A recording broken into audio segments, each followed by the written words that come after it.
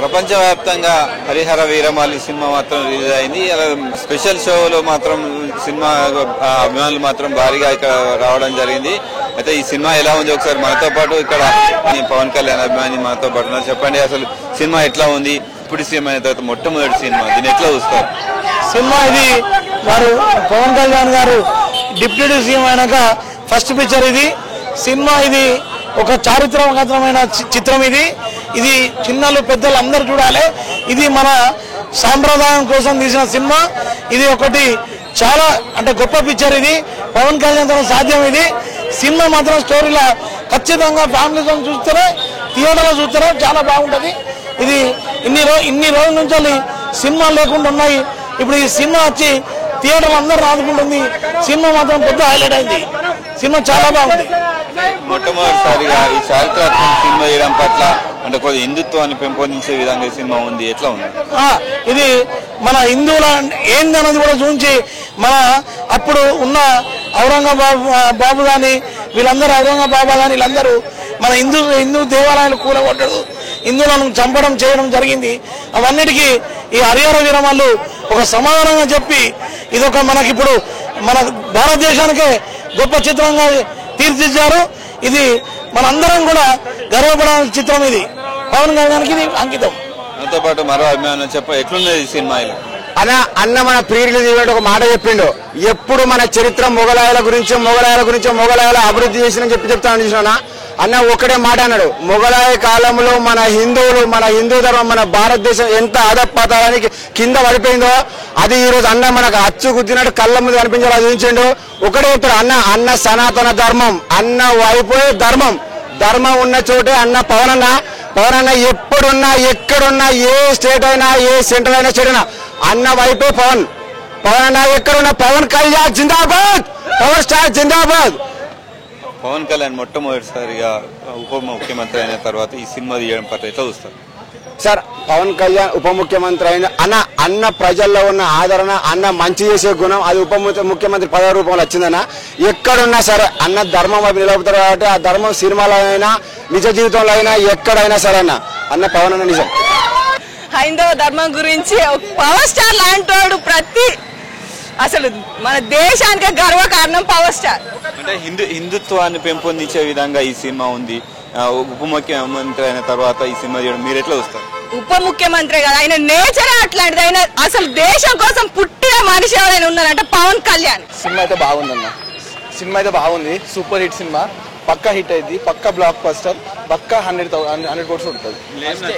ఇలా అంటే మొత్తం అసలు స్టోరీ ఏంటంటే మొత్తం ఓల్డ్ అన్న. ఎట్లా అంటే మొత్తం సూపర్ ఉంటుంది సినిమా. మనం చెప్పలేము అసలుకి. ఎట్లా అంటే మన హిందూ దైవం ఎట్లుంటో అలా చెప్తారు. సినిమా బాగున్నది. సినిమా అయితే మొట్టమొదటిసారిగా డిఫరెంట్ గా తీశారు ఈ సినిమా. అంటే పబ్లిక్ ప్రజలకు ఎలా వెళ్ళబోతుంది? కొంచెం డిఫరెంట్ ఉంది. ఎట్లా అంటే మొత్తం మన హిందూ ధర్మం గురించి ఉంటది. హిందూ ధర్మం గురించి అందరికి నచ్చేలాగా ఉంటది సినిమా. అందరు చూడాలి, బాగుంటది. ఎవరైతే డిసప్పాయింట్ గారు సినిమా. జై పవర్ స్టార్. సినిమా బాగుంది. సనాతన ధర్మాన్ని కాపాడడానికి చాలా మంచిగా పోషించారు. మనం దీన్ని చూసి ఇన్స్పైర్ కావచ్చు. జై పవన్ కళ్యాణ్, జై జనసేన. సనాతన ధర్మాన్ని ఎట్లా కాపాడాలి అంటే సనాతన ధర్మాన్ని పాటించాలని మనం అందరూ ఇప్పుడు ఈ మధ్య మనం సనాతన ధర్మాన్ని పాటించలేకపోతున్నాం. గతంలో జరిగిన కొన్ని గుడిలపైన దాడుల్ని కూడా దీంట్లో చూపించారు. అలా జరగకుండా మనం సనాతన ధర్మాన్ని కాపాడాలని కోరుకుంటూ చూపించారు సినిమా ఉద్దేశం. 93 నుంచి నాకు పవర్ స్టార్ పవన్ అక్కడమ్మ ఇక్కడ అబ్బాయించాలి మొదలు పెడితే ఈ సినిమా వరకు నాకు చాలా అభిమానం. పవన్ కళ్యాణ్ నాకు చాలా ఇష్టం. అతని కోసం నేను తమ్ముడు సినిమాలో అక్కడమ్మ ఇక్కడ అబ్బాయిల కార్ల మీద చేతిలో పెట్టుకున్నాడు కానీ బండల మీద ఛాతీ మీద కొట్టుకుని నాకు చాలా ఇష్టం ఉన్నది. నాకు భగవంతుడు ఎంత ఇష్టమో, మా కన్న తల్లి తండ్రి ఎంత ఇష్టమో నా పవన్ కళ్యాణ్ అంత ఇష్టం నాకు. నాతో పాటు మహిళా అభిమానులు ఉన్నారు. చెప్పండి, అసలు పవన్ కళ్యాణ్ అంటే ఎందుకు మీరు ఫస్ట్ రోజు చూడాల్సి వచ్చింది? అసలు ఈ సినిమా గురించి యాక్చువల్గా ఫస్ట్ నుంచి నేను పవన్ కళ్యాణ్ కి పెద్ద ఫ్యాన్. ఫస్ట్ డే మూవీకి ఎక్కువ ప్రిఫరెన్స్ ఇచ్చి చూసేది. సో ఇవాళ కూడా మేము యాక్చువల్గా నేను స్కూల్ కరెస్పాండెంట్.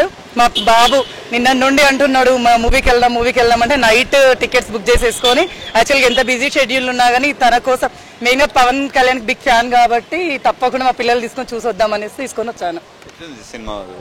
చాలా బాగుంది సార్ మూవీ, ఎక్సలెంట్. ఏదైతే తను చూపించాలనుకున్నాడో మూవీ రూపకంలో కానీ బయట కానీ, ఆయన బయట ఏదైందో మూవీలో కూడా అదే. మనం కొత్తగా చెప్పాల్సిన అవసరం ఏమీ లేదు. చాలా బాగుంది. ప్రపంచవ్యాప్తంగా ఈ సినిమా రిలీజ్ అయింది. అంటే మీరు ఈ సినిమాలో చూసిన ఆ దేవాలయాల కూల్చివేతలు, హిందుత్వాన్ని తీసుకుపోవటం మీరు ఎట్లా చూస్తారు సార్? ఇప్పుడు ఏ హిందూ అయినా, ముస్లిం అయినా, క్రిస్టియన్ అయినా అన్ని కూడా ఈక్వల్ అనేది ఒక మన దేశంలోనే చూస్తున్నాము. వేరే కంట్రీస్ కు పోయినప్పుడు అలాంటిది ఏముండదు. అట్లాంటి కంట్రీలో ఇప్పుడు కూడా జరుగుతూ ఉన్నాయి.